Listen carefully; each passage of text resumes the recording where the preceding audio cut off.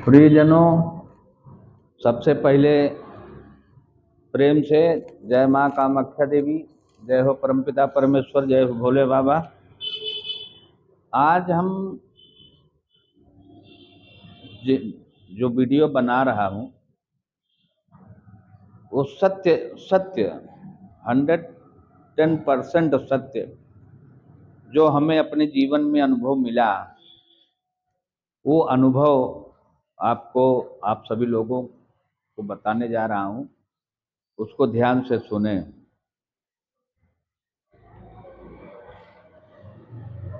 अब हमको तो हमारा जीवन ऐसा है कि हमको हर मोड़ पर तरह तरह के लोग मिलते रहते हैं और देख करके कभी खुशी होती है, कभी दुख भी होता है।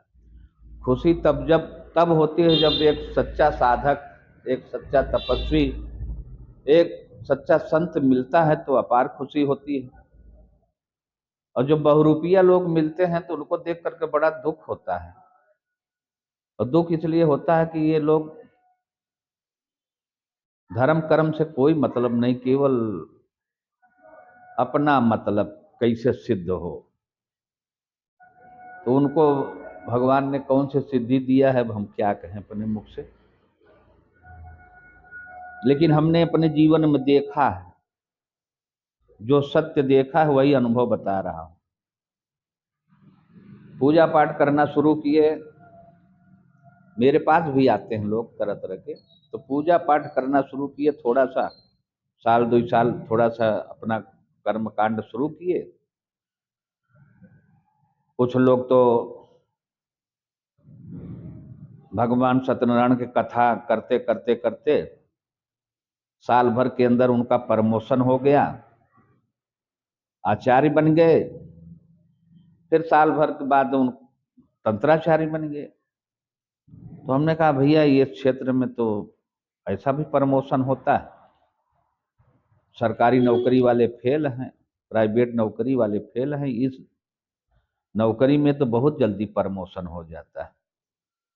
और लगाए के नीचे से ऊपर तक अपना वेशभूषा बनाए के, कंठी माला लटका करके बहुत बड़े तांत्रिक बन गए, तंत्राचार्य बन गए। लेकिन तंत्राचार्य होते क्या हैं, कैसे होते हैं, वो थोड़ा सा जो हमको अनुभव है वो अनुभव बता रहा हूं। जैसे ब्रह्मा विष्णु महेश तीनों आदि देव एक दूसरे के पूरक हैं। तीनों लोग एक दूसरे के पूरक हैं। उसी तरह माँ सरस्वती, काली माँ, लक्ष्मी माँ, तीनों एक दूसरे के पूरक हैं। उसी तरह तंत्र क्षेत्र में तंत्र, मंत्र, यंत्र तीनों एक दूसरे के पूरक हैं। तो जो तंत्र तंत्र का ज्ञान जिसके पास हो, तंत्र क्या है, जैसे शरीर में नाड़ी तंत्र है, देश दुनिया समाज में लोक तंत्र है, ये भी तंत्र है। और फिर उसके बाद प्रकृति का तंत्र। तो जब अपने शरीर में नाड़ियां कितनी हैं, कितना क्या है, कैसे क्या सिस्टम है, वो नहीं समझ पाए आदमी तो शरीर तंत्र के बारे में क्या जानेगा। और जो लोक तंत्र के बारे में कुछ नहीं जानते हैं तो वो क्या जानेंगे देश दुनिया समाज के बारे में। अब उसके बाद प्रकृति का तंत्र, प्राकृतिक तंत्र, उसके बारे में जानना तो बहुत बड़ी बात है। पहले इसी को नहीं समझ पाए, आगे नहीं समझ पाए, तो उनको समझ पाना तो बहुत बड़ी बात है, प्राकृतिक तंत्र को। तो हमारा कहने का मतलब ये है, तंत्र, जब तंत्र जो होता है वो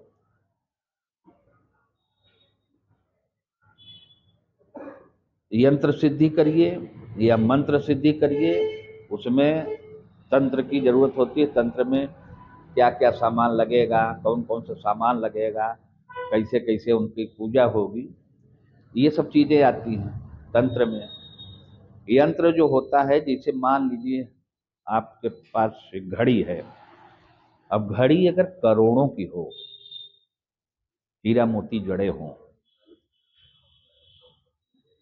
तो वो एक यंत्र है। अब उसको चलाना कैसे है, उसमें एक छोटा सा सेल लगता है। अगर हाथ वाली घड़ी है तो छोटा लगेगा, दीवार घड़ी है तो थोड़ा बड़ा लगेगा। तो वो जब सेल उस घड़ी में जब फिट होगा, तभी आपकी करोड़ों रुपए की घड़ी घड़ी कहलाएगी। नहीं तो वो वैसे पड़ी है कबाड़ खाने में, उससे कोई मतलब नहीं। इसलिए उस यंत्र को चलाने के लिए उस शक्ति की जरूरत है, जिसको हम तंत्र के क्षेत्र में मंत्र बोलते हैं। तो उस मंत्र को जब उसमें लगाएंगे सेल को, तभी वो घड़ी चलेगी। तो उसी तरह जब हम यंत्र, कोई भी देवता का यंत्र शक्ति का हम निर्माण करेंगे, तो उस निर्माण करने के बाद उसमें फिर हम मंत्र शक्ति का प्रवेश करेंगे। और मंत्र शक्ति का प्रवेश करेंगे, अब करने के बाद फिर हमको तंत्र हवन पूजन वगैरह वगैरह सारा सिस्टम करना पड़ता है। जब तीनों शक्तियां लगेंगी तब वो यंत्र सिद्ध होगा, वो मंत्र सिद्ध होगा, फिर वो अपना काम करेगा। अब ये सब चीजें जानने के बजाय लोग तांत्रिक बने घूम रहे हैं, न कोई सिद्धि न साधना, और बस वो कंठी माला लटका लिए, वेशभूषा बना लिए, चल दिए बड़का तांत्रिक बनने। तो मैंने कई लोगों को देखा, अनुभव किया। तो इसके लिए ये सब एक दिन दो दिन में नहीं तपस्या होती। किसी भी मंत्र को सिद्ध करने के लिए बहुत मेहनत करना पड़ता है। अगर मान ला हम, अब उस क्षेत्र एक अलग है, उसको बताना, अब हम बताएंगे ज़्यादा तो वीडियो भी लंबा हो जाएगा। तो जब किसी मंत्र की सिद्धि करनी होती है तो उसके भी रास्ते हैं, उसकी भी प्रक्रिया है। यंत्र की सिद्धि करेंगे, उसकी प्रक्रिया है। तो ये जब तीनों तंत्र मंत्र यंत्र तीनों एक हो करके हम अगर उस मार्ग पर चल रहे हैं और रात दिन हम उसमें जुटे हैं और उसके माध्यम से लोगों को कल्याण हो रहा है, तो वही वो सच्चा तांत्रिक कहलाता है। बाकी बहुरूपिया तो एक अलग कथा है। उनको केवल लूटना है, कमाना है, खाना है और अपना दुकान चमकानी है, उसके अलावा उनके पास और कोई काम नहीं। किसको क्या दर्द है, किसको क्या तकलीफ है, किसको क्या समस्या है, इन सब समस्याओं को जानना समझना ये बहुत बड़ी बात है।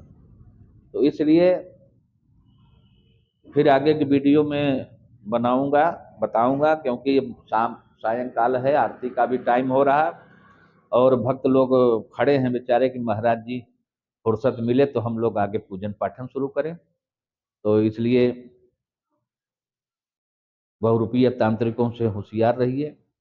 कोई ज़्यादा झाम फैलावे तो उससे कह दे भैया अपना रास्ता पकड़ो, सीधे अपने रास्ते जाओ, झाम न फैलाओ ज़्यादा। बहुत चीज़ें हैं, बहुत बातें हैं, और फिर आगे माँ का मार्गदर्शन होगा। आगे फिर मैं बताऊंगा कैसे क्या करना है, कैसे क्या होना है। तो एक बार प्रेम से बोलिए जय माता की, जय हो कामाख्या मैया, जय भोले बाबा की, जय हो सभी देवता की, जय हो माँ, जय हो माँ।